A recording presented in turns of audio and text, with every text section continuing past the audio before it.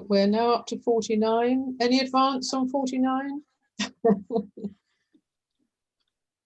Hello, Owen. I'm saying hello to everybody. Great. Okay. Well, I think we'll make a start rather than hovering around 49 and wondering whether it's going to be 50. So welcome everybody to this meeting, this gathering. It's one of a series that we are organising as a Marx Memorial Library. This is the first time that we have organised a discussion, a lecture, a talk about the songs and music collection in the library. We are not known for our songs and music, but we have had for many, many years a variety of songbooks, pamphlets, leaflets, and all types of ephemera, as well as actual music sheets. Really from mostly from the end of the 19th century right up until the end of the 20th century. And we have had it recently organized by one of our speakers, Sarah. It depicts struggle as a collection, and it's a celebration of working class life, working class struggle, and the struggle for freedom and revolution. But first we're going to hear from Duncan Hall, who is going to talk about the songs of the movement and the history of the songs of the movement. And no doubt this will pique your interest in the Marx Memorial Library collections, as well as the history and discovery of socialist songs. So you might think about, during the course of the discussion, joining the library or exploring our website or attending any of our lectures, classes, and talks. So as Jonathan has already said, questions can be directed to us through the chat room. I will then read out any questions that come through and invite Duncan or Sarah or both to respond. So welcome, Duncan. Thank you for agreeing to participate in what I know is going to be an extremely interesting and enjoyable evening. Over to you. Okay, well, thank you very much, and thanks everyone. It's really nice to speak to you this evening, and thank you very much to the Marx Memorial Library for inviting me. My name's Duncan. About 20 years, that's a bit more than 20 years ago now, I spent a lot of time researching music in the British Labour movement. My focus at that time was in the 1920s and 30s. Since then, I've done various courses at various times on the history of protest song, the history of political music, really from the dawn of time till today, but I will try and focus it a little bit this evening and probably stick to the kind of early 20th century for the most part.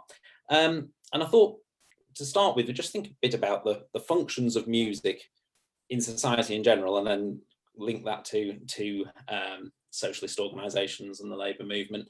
So in general, music and song can be a form of communication. It's a creative art. It can be used for entertainment, dancing to it, listening to it, and also this idea of it bringing groups together and being a sort of form of collective expression. If you think about music used in churches and music used by the military and national anthems and things like that, music has that role or is used in that way. And it's done all of those things in the labour movement. If we start with that idea of the kind of collective activity, in labour movement events throughout the early first half of the 20th century at any rate, and the late 19th century, community singing was a big feature. I'm sure Sarah will talk a bit more about the sort of songs that people would sing at events, songs at meetings, songs to start meetings, songs to finish meetings. Lots of labour parties and other socialist organisations would have a piano. They'd sort of have a piano fund and things like that, because in their meeting hall, it would be expected at the end of a meeting you'd have a few songs. There were other organisations. I mentioned religion and churches before. I mean, so I'm sure a lot of you'll know about things like the Labour Church and the Socialist Sunday schools and organisations like that. All of them had songs. Music was a very significant feature in there, and they had song books and hymn books with lots of these songs in. Now, obviously, with the idea with community singing is that everybody can sing along, and a group of people can sing who can't necessarily read music. And so often we would see new words or socialist words to well-known songs set to well-known tunes, which often led to debate. We'll come on to that aspect of it perhaps later, where, you know, whether it was appropriate to sing left-wing songs to the tune of God Save the Queen or something like that. People might have views on that, but you know, this idea that people should know the songs. And they didn't only sing political songs as well. They'd sing things like Old Lang Syne, and up here they'd sing Ilkley Mor Bar Tat and things like that as well. So there was this this issue really, and also kind of folk songs and things like that. Folk tunes, well-known folk tunes, would be part of that. Okay. Then there was, I mentioned the entertainment, and alongside entertainment there was also fundraising. So if we think about when I was mentioning entertainment and music, an element of that's kind of the commercial aspect of music, isn't it? People making profit out of it, raising money through it in a as a kind of music business. Well, socialist organisations, labour movement organisations used music to raise money. Now in the 20s and 30s, a lot of that was the popular music of the day, jazz music, dance music, not necessarily music with a political flavour at all. And there were huge debates about that, whether this was, you know, essentially there was people singing capitalist music, mass-produced music, that people didn't like that, thought that was the wrong thing to do.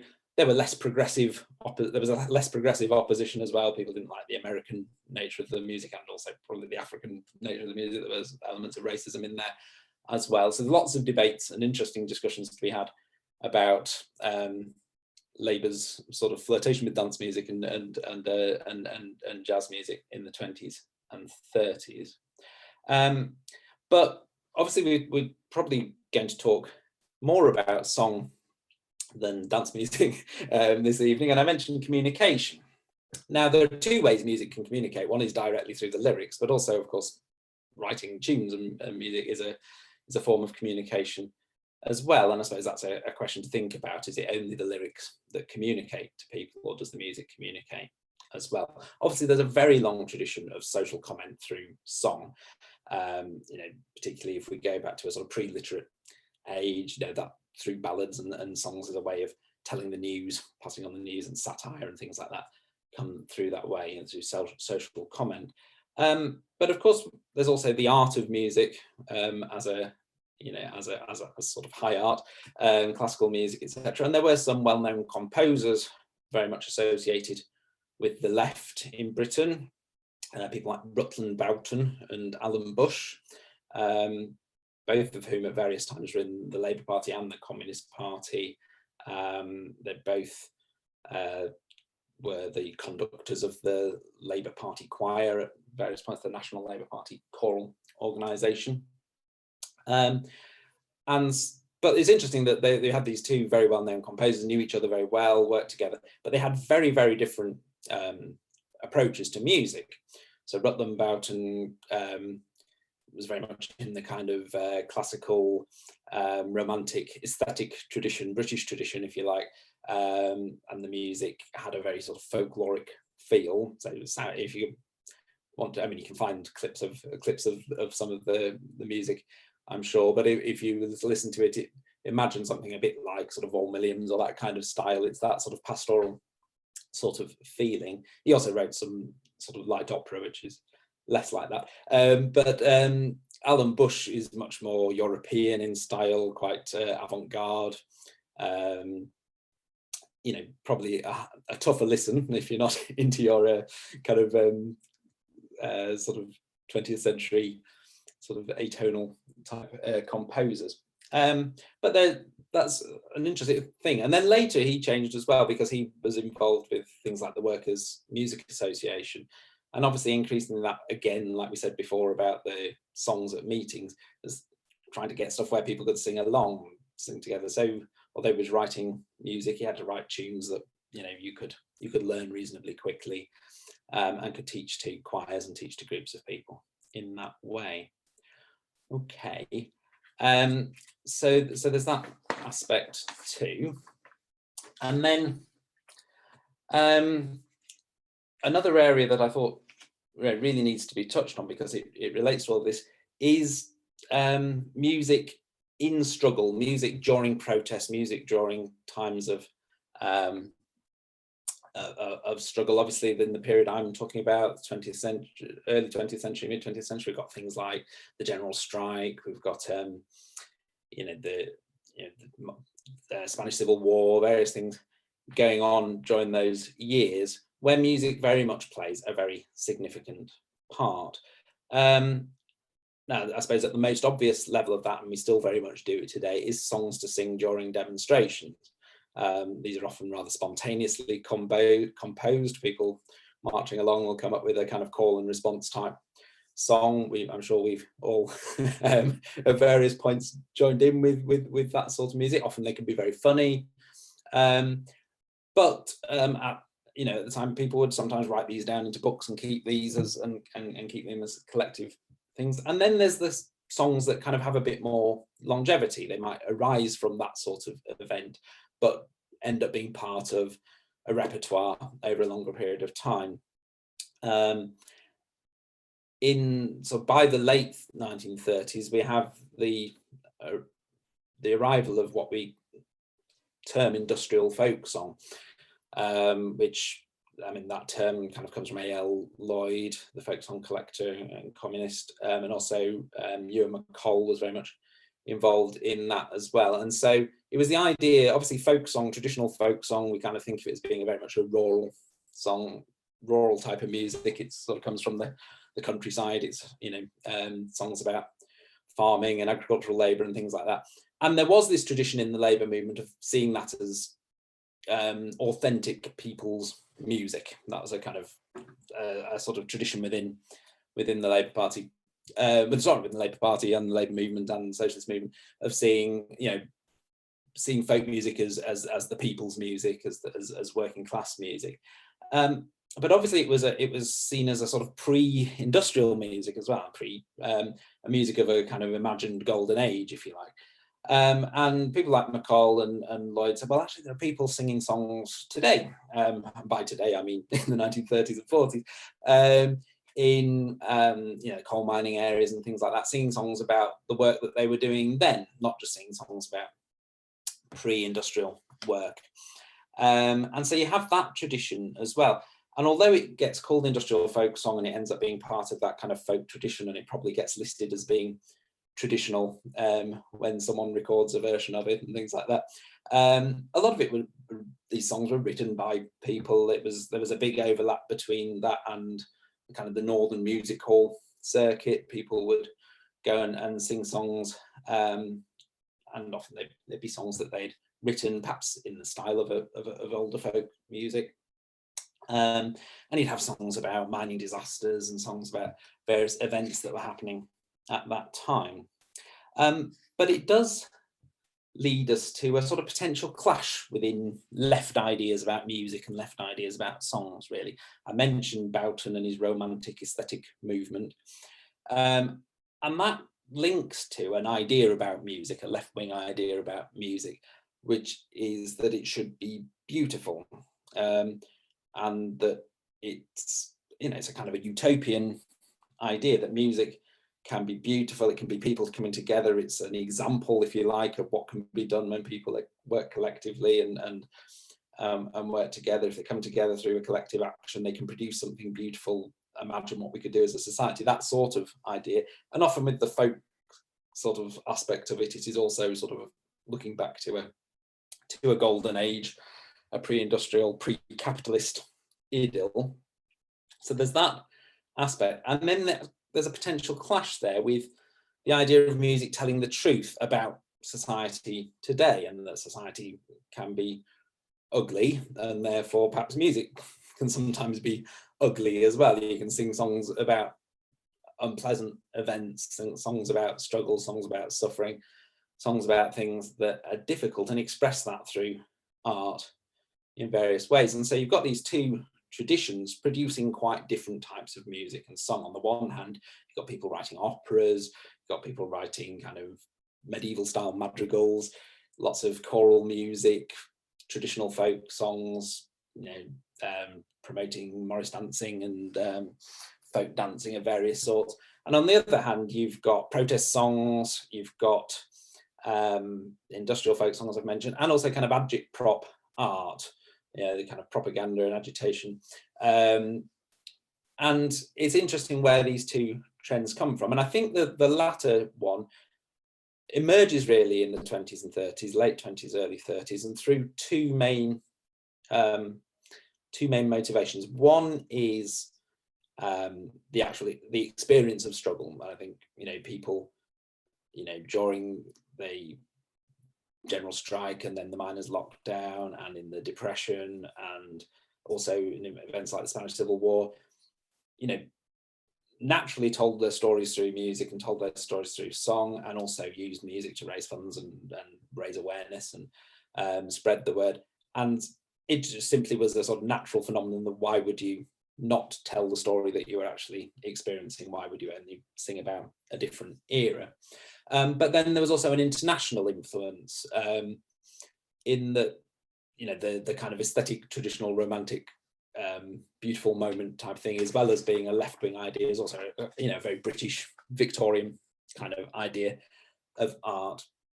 And other interesting things were happening in music elsewhere in the world, in Germany and in America. And these influences came into the UK largely through communism and the Communist Party. And so people like Alan Bush went off to Berlin, learned about kind of modernist music, but also met left-wing artists who had different ideas from the kind of mainstream ones in the UK at the time, and then also ideas from America. Charles Seeger, the ethnomusicologist, was very much interested in the idea of that what became the industrial folk song kind of idea here, and so that was a very strong influence on the left in the UK too, and on people like Ewan MacColl. So you've got that, kind of 19th century. It's all about the folk songs. It's all about the chorus music. It's all about the trying to be as beautiful as possible, and then you've got this sort of potential clash with telling the truth, telling what saying what society is really like, and trying to express that through art and through music. I mean, just a couple of little stories to tell, I suppose, before I sort of wrap up things that happened in say the 20s and 30s in the UK labour movement and music. A really sort of fun story, I suppose, is the story of someone called H.G. Sear, who was a musician in Birmingham, and he tried to set up a symphony orchestra for the Labour Party. Now, if we think about the logistics of a symphony orchestra, the number of musicians you need, and very high quality musicians that you need to do this well. Now, he was an interesting guy. Anyway, he wrote the music columns in the Labour Herald and also the Birmingham Labour newspaper. And he was very much in the sort of Rutland Boughton school. It was all about the great composers. Nothing's too good for the workers, and so the idea that you would give the workers the best music, you don't want to be listening to that modern pop music. You want to be listening to the great composers. That's what you should be aspiring to. But so he thought, well, let's make this music and let's set up a symphony orchestra. Now, there's some tradition, obviously, of brass bands and things like that, and trying to get people together. Now, obviously, a lot of the time the brass bands were set up by the organisation of the companies rather than by socialist organisations, because there's quite a lot of funds involved in buying all the instruments, etc. But he managed to convince various people in the Labour Party that this was a useful use of funds to buy lots of violins and violas and oboes and what have you, to set up a symphony orchestra, and then try and teach people how to play them and then play really difficult classical music on them. Now, as you can imagine, you know, it was not necessarily always entirely successful. He got some quite bad reviews, and he wrote very sort of sad pieces about you know, how difficult it was and his great struggle trying to set up this orchestra. He also set up a big choir, and that was a bit easier because everyone has the instrument already, you know, with their voice. But I think it sort of, one part of this just gives you a little idea of what the kind of where people was thinking was at, and why, you know, why it might seem a little strange from a contemporary viewpoint, was that, you know, he pointed out that lots of professional musicians and people from the Birmingham Symphony Orchestra, the main symphony orchestra, basically came in and filled parts in his orchestra. And he said that he was hugely embarrassed by this, and he said, "Oh, this is really embarrassing, because we should be able to generate these musicians ourselves. We shouldn't have to rely on these professional musicians." But I mean, these people were giving their time for free to a labour movement endeavour. I mean, really, you'd think he would have thought, well, this is good, isn't it? We could attract people to socialism and the labour movement through their shared interest in our politics and also their music. But yeah, the idea of kind of bringing new people in wasn't really where he was at. It was very much, we want to generate the music from the people that were already there. So it's just an interesting sort of a aside really about his struggle. Much more common were the choirs, and there were lots of choirs. And sometimes this was hugely competitive. Things like the Clarion choral unions had these competitions, and they would be hugely competitive. There were big crowds there, almost like football supporters. People, yeah, occasionally got a bit rowdy in the stands when people supporting the Bradford supporters coming out against the Huddersfield supporters. You know, when the choirs were singing against each other in these competitions. And again, that was a source of debate as to whether it was appropriate. It should be competitive, or should everyone be working together and be on the same side. I've noticed on the chat that we've got some socialist choirs here, so it'd be interesting to know whether there's still a competitive element today, or whether it's whether it's all more cooperative.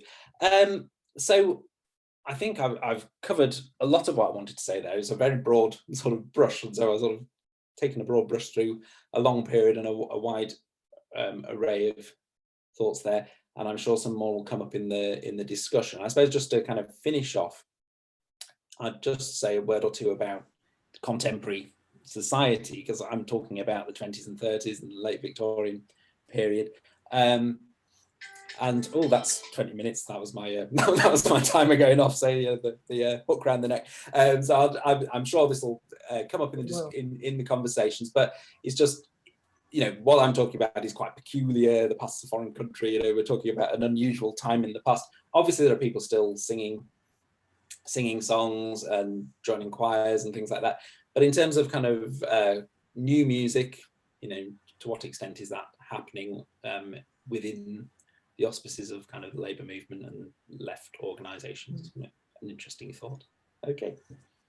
Well, you've sent us off to a flying start, Duncan, with this huge range of activity that you've covered over the 100-year period. Just to add, of course, unions established a great tradition, not only of brass bands, but musical activity generally, and many trade unions sponsored members in their own choirs and bands, and also sponsored communities. So there's a whole labour movement tradition which needs to be brought out and remembered and inspire new activities. So thank you very much. Somebody's asked the question about, will this be uploaded on the website? Yes, it will. So somebody's had to leave early and ask the question. I'm going to save the questions till after Sarah's contribution. So moving swiftly on now, Sarah, with your slide presentation to talk about the collection and some of the meaning of the song. So thank you very much, Duncan, and over to you, Sarah.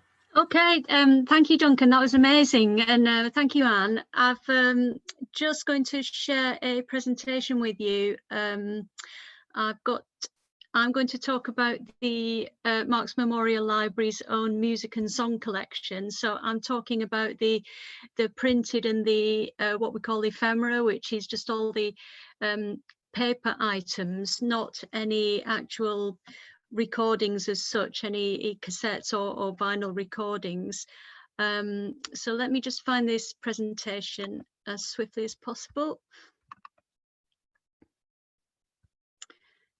And if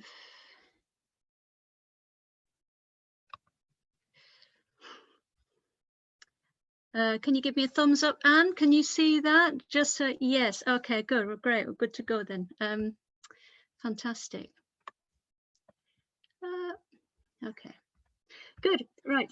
I am actually reading off a script because that's the only way that I can make sure that I say everything that I want to say and not be full of regrets at the end of the 20 minutes. So first of all, I'm really thrilled to be here introducing this one of the newest collections in the library. It's a really, really special group of items spanning actually 300 years. And it goes about telling us in an alternative way about people's passion and commitment to making a change. The music and song collection came about when Marion, the archivist at the library, agreed for me to use a group of uncatalogued songs as a case study for my librarianship dissertation. And I came to volunteer at the library because the collection of labour history and workers' movement particularly were just basically spoke to my roots. I'm showing you some photographs of my own personal heritage here, growing up in a village called Aspel in just outside of Wigan in Lancashire. So it was actually a core part of the Wigan coalfield and the Wigan Coal and Iron Company at a time when in the boom years of coal production, especially 1880s to 1920s, around the time that Wigan was known as Coalopolis.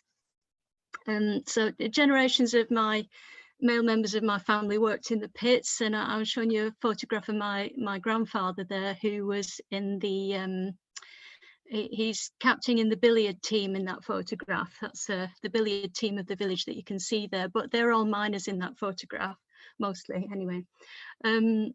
As a family, we were always involved in sports and music, so some of the activities Duncan was talking about there, the brass bands, the choirs, the church going, that's just part of my history. And growing up, I played in local orchestras, I played in choral societies, operatic societies, and then I went on to study at the Royal College of Music as an oboist, and before I retrained recently in librarianship. So that's the kind of background and how I came to the library. I focused my dissertation research paper on creating an identity for items of music in a non-music collection, and I've got some links to share. Jonathan's going to post up a few links. Maybe you might do them in a whole batch at the end, depending on how things go. But one of those links is my dissertation paper. If anybody's interested in reading it, it's available on open access. So this collection, I'm just showing you, they were contained in 9 boxes, and that's a little photograph of the collection as it appeared when I first went to have a look at it. 221 items in those boxes, so just 0.36% of the entire holdings. And yet I felt that music being universally popular, and the fact that it can apply to any subject under the sun, there must be many such small groups of music items tucked away and buried deep within all kinds of special collections. So there were other items of song and music already in the Marks Memorial Library catalogue. So I had to start the whole project by just examining the catalogue entries for that group, then work out how to integrate the new little group, and then try and create a unified collection that would somehow have an identity and have some kind of place of significance within the main collection. So once I'd rolled my sleeves up and delved in, I found a whole range within those boxes of different resource types, publications, and just trying to change my screen there, and for some reason it's not working, which is slightly distressing. Let me just see if I can change the thing.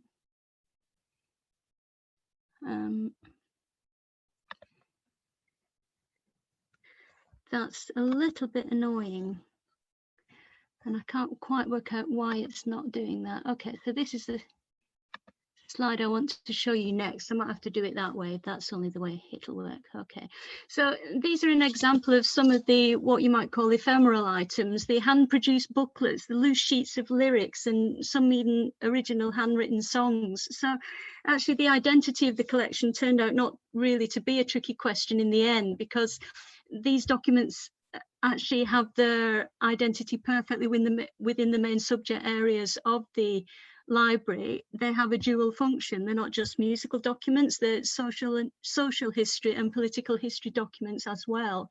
And I think perhaps they are even more about people than they are about music. There's evidence here of people organising, people gathering together, people who participate in singing with a shared purpose, and how they use singing and song as a tool for their cause. And sometimes the cause is recreational. It might be education, it might be musical, social, it might just be a folk club. There are books in the collection which are from workers' travel clubs and holiday clubs. Duncan was talking about the community singing. I mean, that's another feature of my childhood, was being on coaches for brass band trips, going down to brass band competitions and all kinds of concerts and all kinds of things, and the community singing on the back of those coaches. It was everything under the sun. A lot of Danny Boy and things that I ended up teaching children in school, things like I Am the Music Man, I Come From Down Your Way, all those kind of community songs, Ilk the Mobile Tap, anything that people might know and can join in. So it's not just about political groups, protest groups and party gatherings. It's just about people gathering to make music. So I'd like to share with you, whoops, come back to that in a second, some of the people and groups that have popped up and been of interest to me within the collection, and there's so many more than I could actually share with you today. On the MML, I'm going to say MML instead of Marx Memorial Library because it's less of a mouthful. On the MML catalogue, you'll find anything from radical songs, skits, ballads, squibs, collections of regional folk songs, and volumes by particularly interest to me the self-educated worker poets and balladeers. One I'd like to mention is the Victorian Blackburn poet, or sometimes he's called the Lancashire poet, William Billington, who learnt to read and write at Catholic Sunday schools and worked in the mills from being a child, and yet his poetry is compared to Shelley's. Another person I want to talk in a bit of detail, I see we've got Sheffield Socialist Choir here, so I'm pretty sure you might recognise this character here. This is Joseph Mather. He's a file cutter and balladeer from Sheffield during the late 1700s, so it's one of the earliest songbooks that we have in the collection at the MML. And a recent book about Mather calls him Sheffield's Georgian punk poet, because he's style of delivery was comparable to that kind of aggressive politicized stand-up that you get in the 1980s. So just looking at the little extract we've got there, is from one of Joseph Mather's most well-known songs at the time, and I'd just like to tell you about the story behind that song. Joseph Mather worked for a scissorsmith called Watkinson. And after Watkinson's workers had failed in a strike for better pay, he then told them to set about making 13 blades to the dozen. So Mather wrote this song to say just what he thought about it all, and the song caught on so much within the town that every time the workers spotted Watkinson in town, they'd sing it out loud at him and just make his life really, really uncomfortable. So although this song didn't actually improve conditions for them, there was some little victory. And I think a lot of songs are the satirical songs, the poking fun songs are a lot about these kind of small victories. They were able to take away Watkinson's freedom to walk around town without being abused in the street.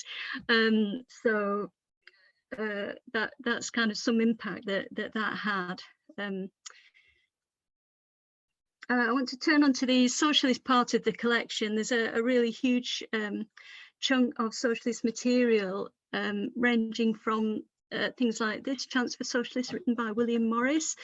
The earlier ones from the 1880s, 1890s, quite often you find there's a combination of songs, ballads and poems and recitations. And at the turn of the 20th century, it's the utopian vision that you're talking about, Duncan, the lyrics that are idealistic and full of hope. If I can just quote to you the opening words of the song here from this book, "The day is coming." It starts off, "Oh, the wonderful days are coming when all shall be better than well." So imagine if everything's better than well, that would be a great place to be. These compilation songbooks were actually part of a strategic approach to increase the use of songs amongst socialist supporters, because they were trying to develop this mass membership that the Labour Party is sustained by. And it's a kind of boots on the ground approach to spreading the new doctrine by using songs as a kind of conduit of message. And particularly songs were really useful for addressing large crowds because they had the ability to pare down the rhetoric. Not everybody wants to listen to a lot of speeches. If you can distill your message into a few words that people can repeat over again in a chorus and chant it as a group, then it carries quite a charge. And there's a phenomenon with crowd behavior also, that songs can arise spontaneously from within a crowd, especially when emotions are running high. And the other thing to mention is that there's also a subliminal effect with songs. So you might learn the song and repeat it over and again, even if you've never even been near the meetings. So it's got quite a lot of legs and ability to a kind of good ripple effect there. So by the 1920s, republishing certain songs over and over again in books like this made sure that some of these poems have become anthems for left-wing movements. So mass singing, as I said before, was a strategically organised feature of the Labour movement by then. Just showing you the opening lyrics of Edward Carpenter's "England Arise," which is one of these utopian vision songs. And the words are taken from this 1922 edition. It's the 6th edition of Chants for Labour. And I absolutely love this book. It's so, it's got so much about it. I mean, just looking at the illustration, I think the library's got some copies of Cartoons for a Cause by Walter Crane, who's done the illustration for this. So it's put together by the quite sort of a lot of middle class intellectuals who were carrying the message for socialism at the time. But one thing I like about it, I've shown you a picture of the index there.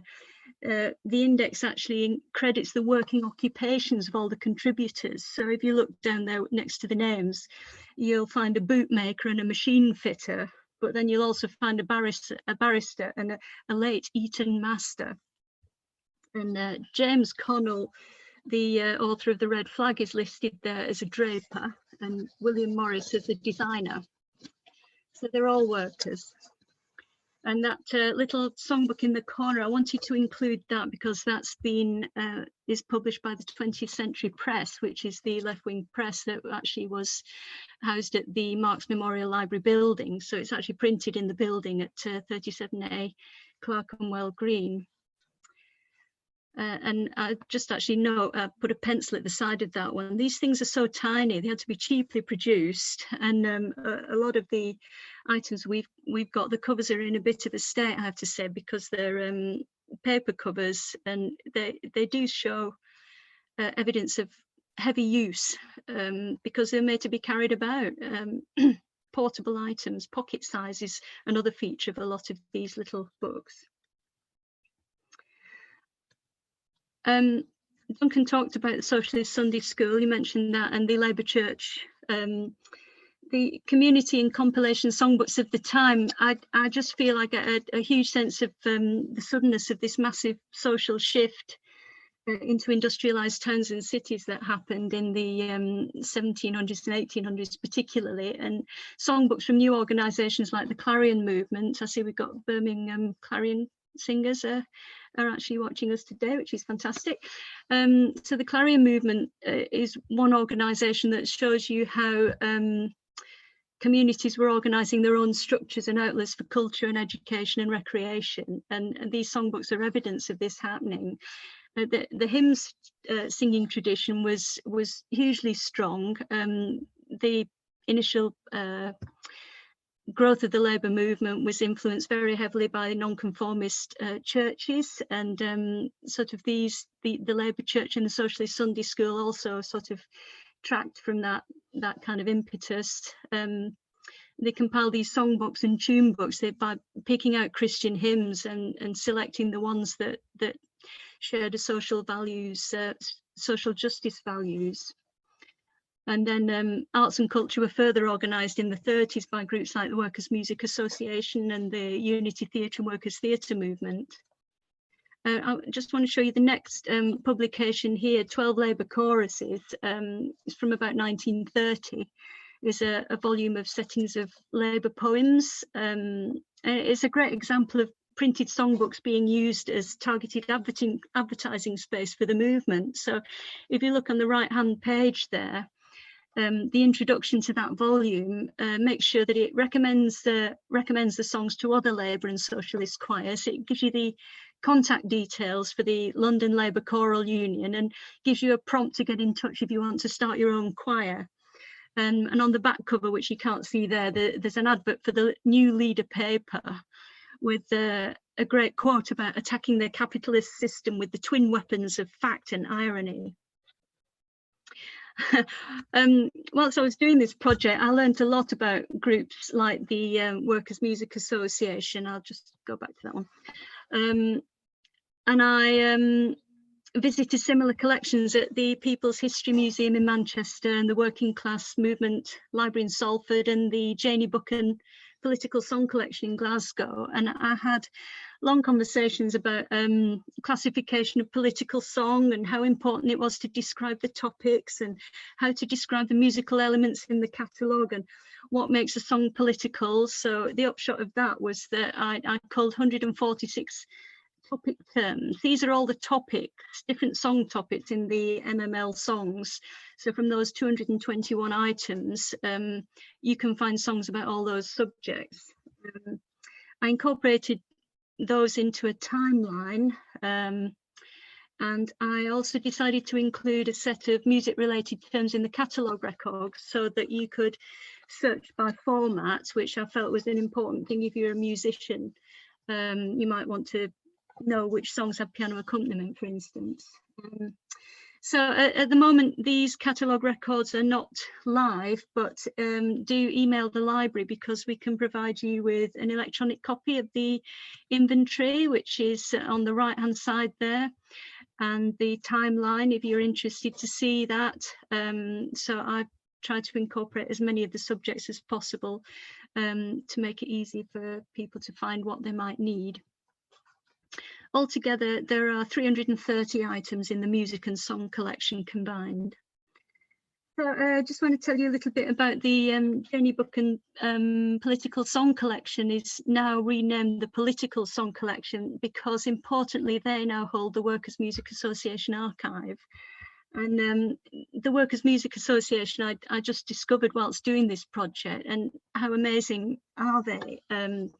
Established for over 80 years, and under the leadership of Alan Bush, they had a massively prolific period between the foundation in 1936 through the 40s and 50s, and they ran a huge network of choirs, orchestras, and a record label.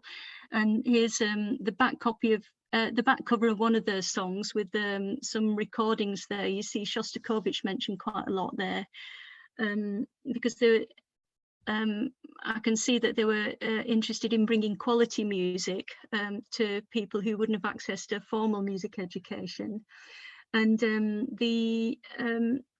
they also kept up continued campaign of writing and arranging in solidarity with numerous causes across the world, including friendship with Russia.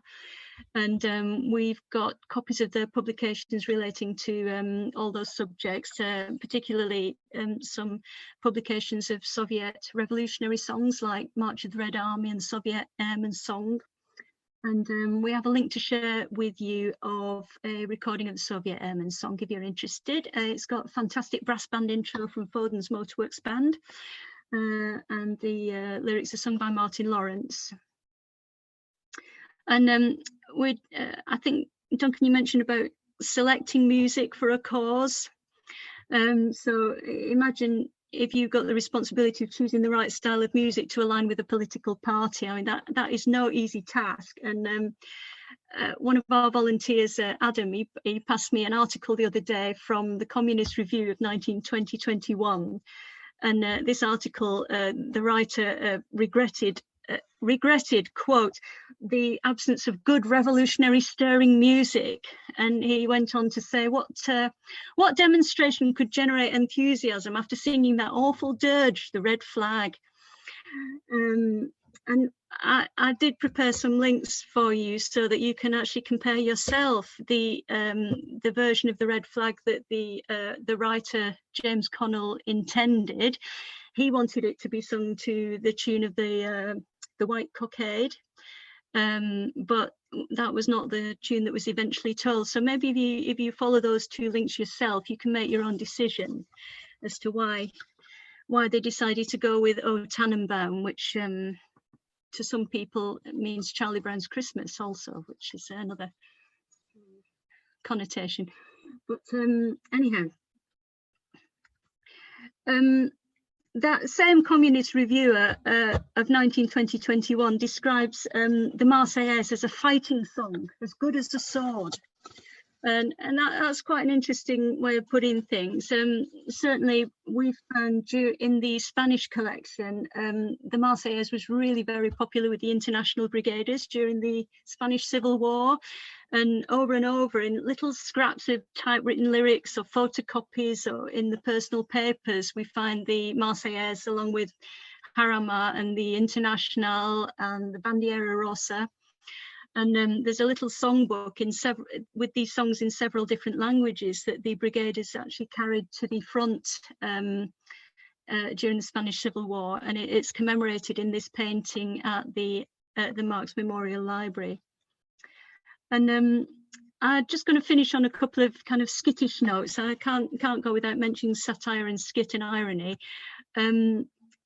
British love of satire is massively heavily used in the songs in these collections, and even the tunes can be used ironically. I like how you say, well, you know, is it appropriate to have, what was it, God Save the Queen and what were the words, or whatever it is, but there's irony in using that, isn't there? There's a reason for doing that, I guess you could probably explain.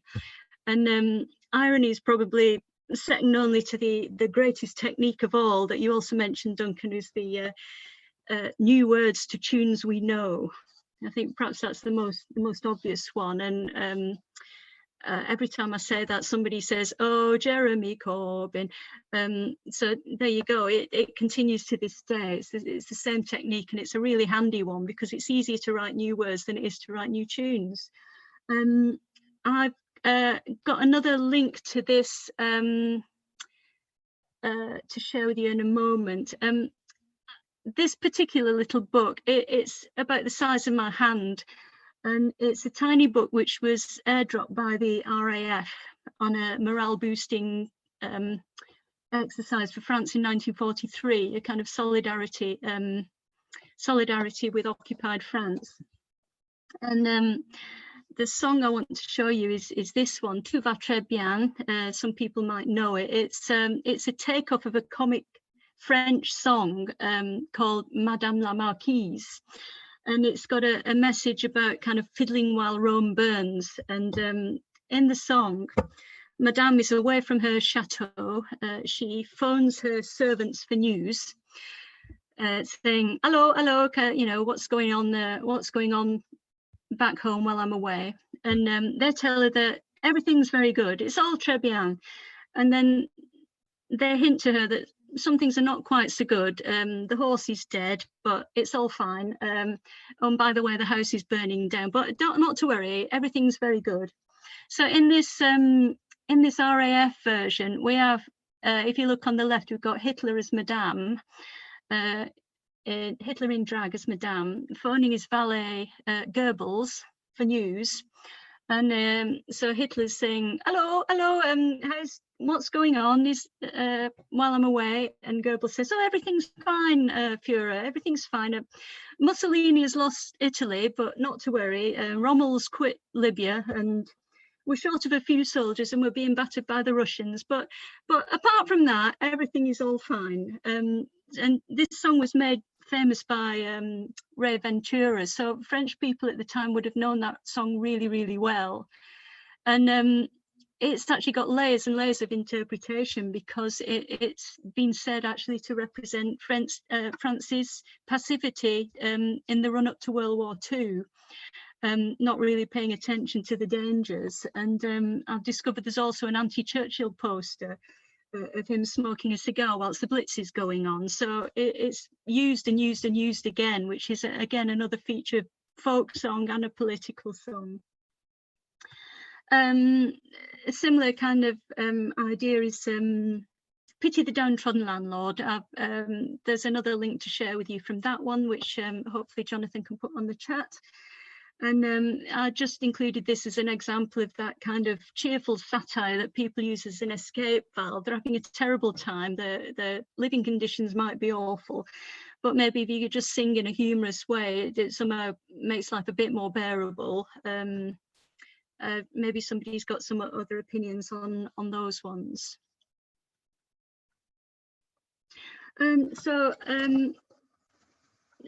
Finally, just to say, political and satirical songs continue to this day, and especially on social media platforms, they lend themselves perfectly to that kind of comic skitting, poking fun type of thing. And the political song collection in Glasgow, I've included the email for John Powles, who's the curator there. They're actively collecting social media news songs that have been written about Brexit and about the Scottish referendum in particular. So preserving these, because as fast as they go up, they're removed from the platforms. So there's some work going on there to preserve modern day political song as it carries on. So there we are. Wonderful. Absolutely wonderful. That's absolutely fantastic, Sarah. I mean, there's so much work, as somebody has said in the chat room, stunning. But we have a volunteer, Maria, from Birmingham Clarion Singers. And I think we're going to unmute Maria because she's going to give us a quick burst of March of the Workers, I think. Are you tuned in, Maria, still? No?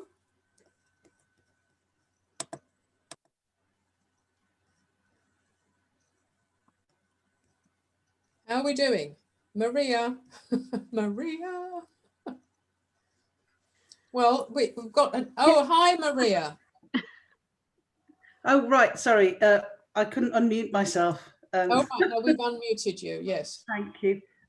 Just first verse and chorus would be Yes. sufficient. And Yeah. it is the alto part, so if you're joining in, bear that in mind. It's not the tune. Right, okay. Find the right note. I'll turn my video off as well, so you can't see my facial expressions. Here we go.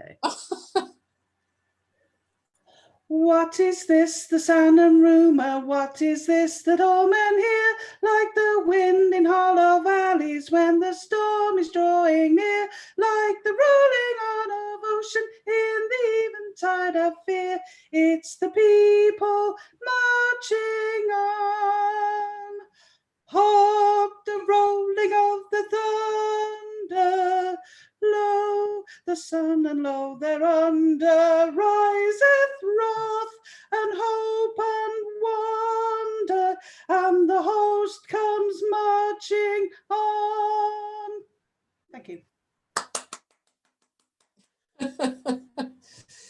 We've got a number of questions from participants, but we've had more comments about are we going to have music than really anything else. So that's our, thank you so much, Maria. That's our quick burst of music, but we are going to have a little recitation at the end from Duncan. But I hope that you'll make good use of the list that Sarah has just put up. So the first question that we had was for Duncan and Sarah to answer if they can.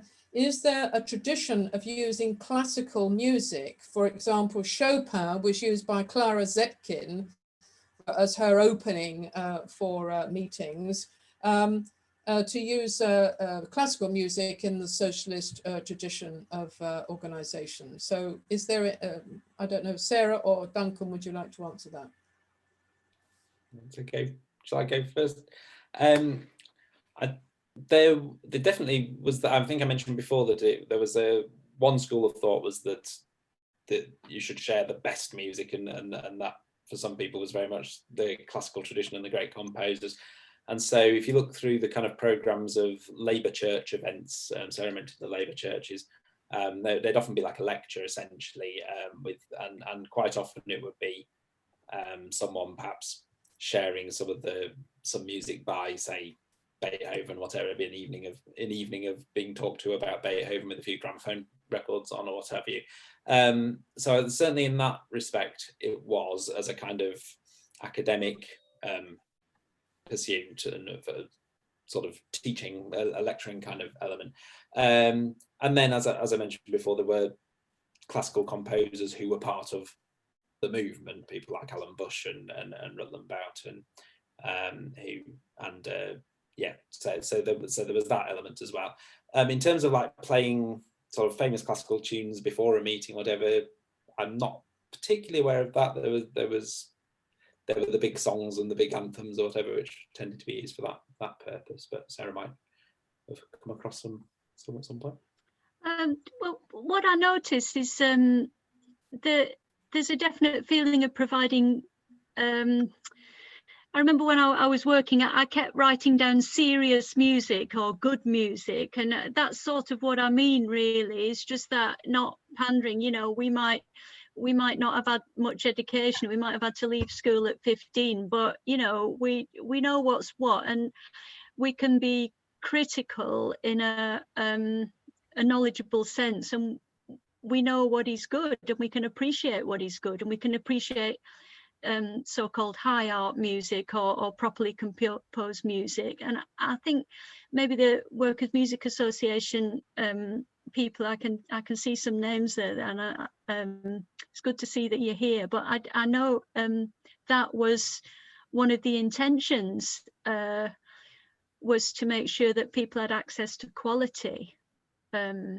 Whether that was part of the meetings particularly, I think that might just depend on the particular group or branch, whether that was to people's taste, because taste is part of it as well. Okay, thanks. The second next question I've got here is: was there a link between we've had participants from all over the world, including several from the United States this evening, and one of the questions from our American comrades is: was there a link in the 1940s between the United States and the United Kingdom, songs of struggle and what have you? For example, Woody Guthrie and Pete Seeger during the 1940s, because apparently Woody Guthrie was on Children's Hour in 1944, BBC Children's Hour, which is remarkable. So I don't know if either of you can say anything about that. I know there's a lot of sharing. We've got quite a lot of the publications. Len Weiss, I think, knows an awful lot about this. People who were singing around the time. That there really was a lot of sharing. I think what happened with the folk tradition after the 50s, there was an import of American culture, and that's when the guitar started to be the ubiquitous instrument in folk song and political song. It was just transportable, and that came from the kind of skiffle tradition and the American sort of pop, rock and pop style that was transported, and a lot of the Pete Seeger and Peggy Seeger were very influential in this country. Peggy Seeger was married to Ewan McCall, and there was a lot of folk club transmission and activity going on there.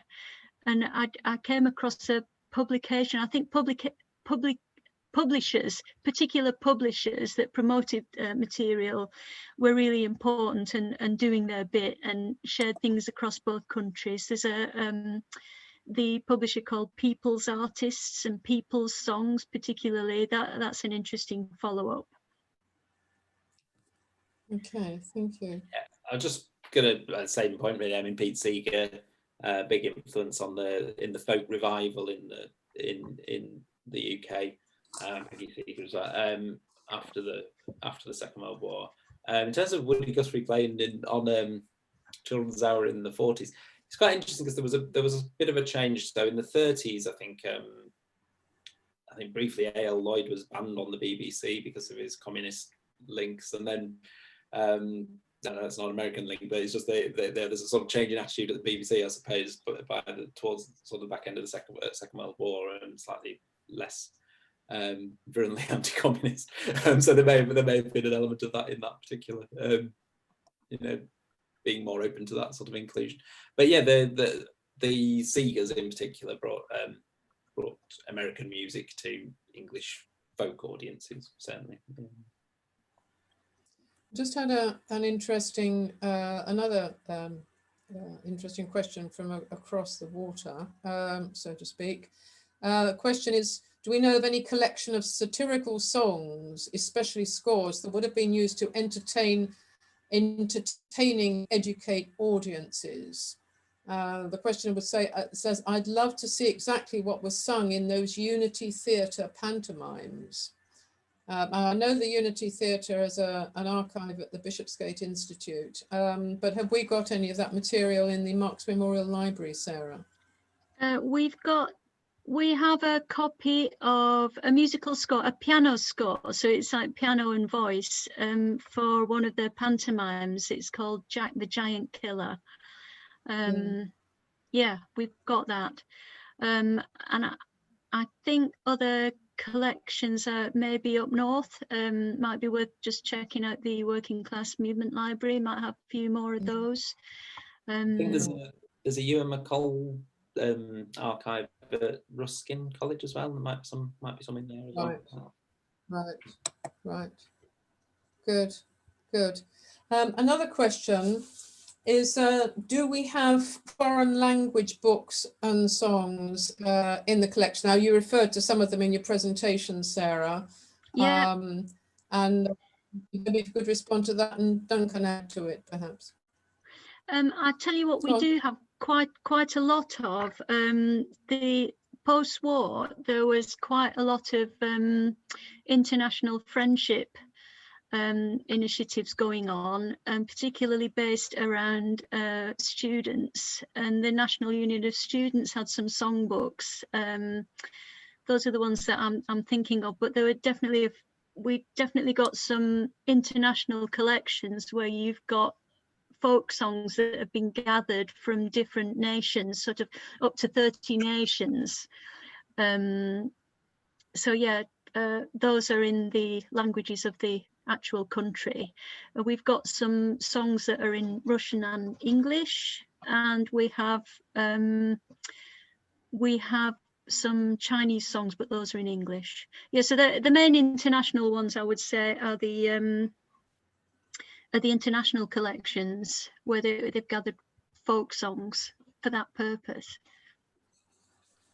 Yeah, the only thing I'd mention on that is like some of the songs we've mentioned, particularly those that were popular during the Spanish Civil War, were popular because of the ease of being able to translate them into several different languages. Obviously, the Internationale springs to mind, but things like Marseillaise as well, you know, were sung in more than one language, you know, sung by people with different first languages, and were suited that sort of mass singing amongst people who didn't share a common language. And the International Brigade songbook is in several languages because it's an international brigade. So that you've got a collection of songs, but with 4 sets of lyrics in the different languages. So that's quite an interesting one. And of course, these days, in terms of the global process of rapping, all of it is social commentary at the very least. Much of it is highly challenging to capitalism. So we've got a revival going on. A couple of technical questions here. How on earth, Sarah, did you manage to get all those cross-referencing of songs on multiple themes? Do you want to just say a little bit about that? And have we got anything in Welsh? Yes, we have got things in Welsh. Yes, we have. Yeah, we've got a couple of books of Welsh songs. Yeah. Well, the cross-reference, you just comb through it. I think the beauty of this project really is just it's. You mentioned and that we've had the songs in the library for a long time, but it's finding time and the right person coming along, and so it didn't really cost anything to have me doing that because I was there as a volunteer, and plus I was doing it for a research project, which was an accredited degree. So it's just time consuming, but I had the time to spend, and I, you know, but it sort of came out of determination because the terms that are on offer in library classification terms,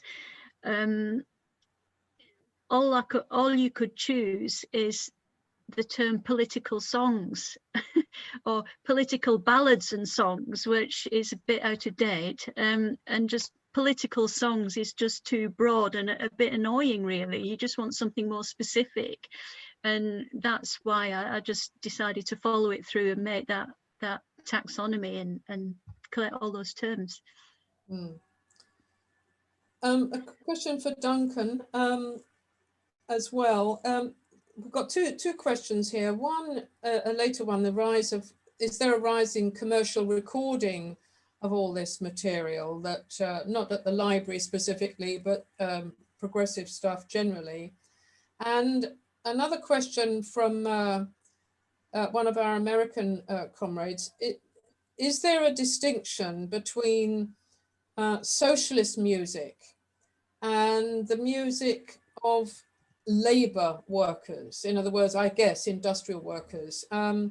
It's an interesting slant, and I wondered, first of all, Duncan, if you'd got any view about that, whether you can see any distinction between the two.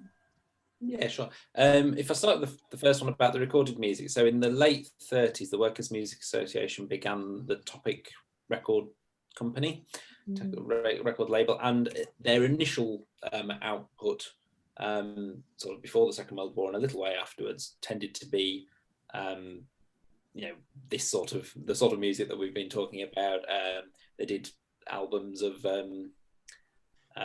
music by, the Red Flag and the Internationale and things like that. Some of the big choirs. They also did, actually, that's another way where the American influence came in. Actually, sorry, I should have answered that to the other one. Pete Seeger played on a few of the early Topic records, and also Paul Robeson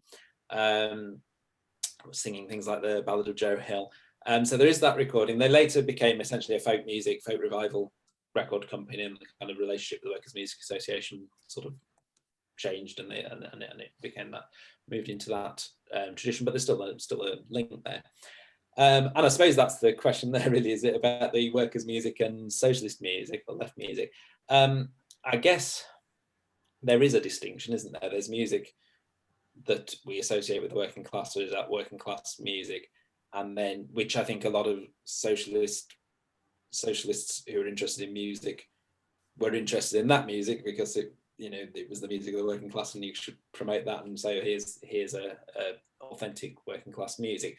But obviously a lot of it was not consciously political or necessarily seeking to change society. So some of it was political, some of it was comment, some of it was critical, but some of it, obviously was just songs to sing to pass the time, or to enjoy yourself, or whatever, that or songs about work, but not necessarily critical of work, whatever. So there is a sort of working class song tradition that you wouldn't necessarily see as a Labour or left tradition. I mean, Banner Theatre did some very good work with us during the Wapping dispute in the 80s, and we had largely new words written to existing songs to accompany the marchers going through the country to publicise the dispute at Wapping when he sacked everybody, and also to gain support. So there's all sorts of organisations that have tried to do that. A couple more questions. Does the Marx Memorial Library have material about the Wobblies, the International Workers of the World? And do we have co-op music books? I'll read out the question perhaps in a moment. We've definitely got a few different issues of the Wobblies songbooks, because they were issued every year, I think, something like the 33rd edition and the 35th edition, and yeah, so we definitely got some of those. Again, they're kind of little tiny pocket-sized, fit in your top pocket kind of songbook. Yeah, co-op, I'm not so sure. No. Right. Can you shed any light on the co-op, Duncan? There were a lot of this sort of activity was definitely involved with the co-op. The co-op would have meeting rooms and have events similar to like kind of Labour Church events, and also the early days of the woodcraft folk, which I think you had on your list, didn't you? Yes, we've got woodcraft folk. Yeah, that kind of grew out of the cooperative movement as well. So there is definitely a song tradition in the co-op. There's some really amazing information coming out on the chat room. It's just fantastic. It's the Cooperative Society contributed to funds. The wider national co-op movement contribution generally to what was referred to earlier as community singing is considerable. So no doubt that that's something that that can be explored. Yeah, I think the travel book that I mentioned, that was a cooperative society venture. Yeah, and one man went to mow, and yeah. Anyway, and I was going to say there's I did find some really interesting stuff about the co-op children's choirs. Right. That's worth researching actually, because that was massive. And Len Weiss, who's in evidence and in the room, I think, told me all about this. I interviewed Len for my dissertation research, and his interview was well, probably as long as my recitation tonight, really. He just got so much in there, which tells a tale of somebody who's done the journey, and it involved a lot of co-op woodcraft folk, and an amazing story about how they actually got Apple to waive the rights to Imagine. That's a tale in itself. Wow. Yeah. Mm. That should be published. Yeah. Yeah. Exactly. Did you have a follow-on comment from that, Duncan? No, not that one. No. Okay. I've got yeah, sorry to be picky, says Paul. The IWW full name is Industrial Workers of the World. Yes, we know, but I mean Sorry, yeah, true. Yes. Sorry about that. Well, look, I'm going to ask both Duncan and Sarah to make any final comments before we hopefully ask Duncan to play something and sing something, hopefully at the same time. So in reverse order, Sarah, have you got any final comments that you would like to make in response either to the discussion or something that you want to perhaps just elaborate that you didn't have the chance to before? I just hope that these kind of songs, that people will consider them as part of research if they're looking at, you know, political activity. Songs go hand in hand, and one thing I like about the collection, the way it's been organized now, is that if you're browsing a pamphlet selection, you will come across a book of songs, and hopefully you, even if you weren't looking for it, you'll ask the question as to what those songs are offering and what stories they tell. So yeah, write to us and ask for the inventory would be great. Yeah. Okay, well, Duncan's actually going to play us out. What have you decided, before I ask you to start, Duncan, what have you decided to play? Well, I thought, rising out of the discussion, I thought I might do a little burst of the Red Flag to the White Cockade tune rather than Tannenbaum, just for... Oh, right, yes, somebody did suggest that in the, did refer to that in the chat room. Well, look, thank you everybody for attending. We're going to start, going to finish exactly on time or a moment or two before, but thank you everybody for attending. There's a huge amount of information out there. Yes, the inventory will be sent. It'll be available on the website, no problem.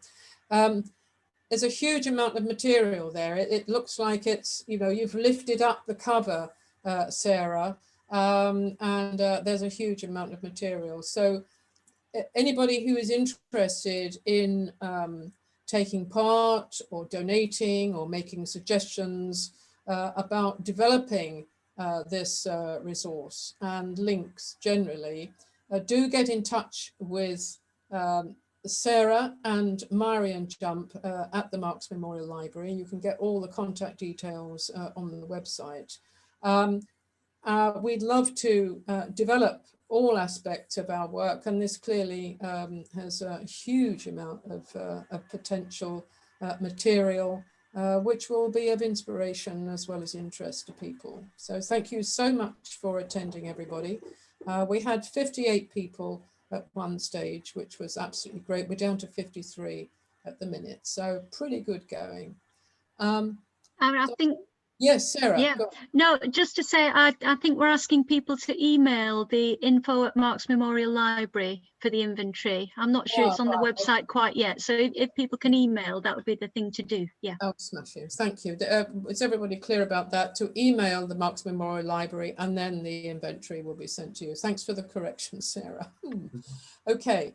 Duncan, can we ask you to Do you want me to count you in or whatever it is? No, you're all right. We'll just do a quick verse and one chorus. It would be lovely if, because there's so many brilliant singers on it, it would be lovely if people sing along, but the delay would make it awful. So you can just sing along without the mic on. Okay. The people's flag is deepest red, it's shrouded of down martyred dead, and their limbs grew stiff and cold. Their hearts blood dyed its every fold, so raise the scarlet standard high. Beneath its shade we'll live and die. Though cowards flinch and traitors sneer, we'll keep the red flag flying here. Cheers.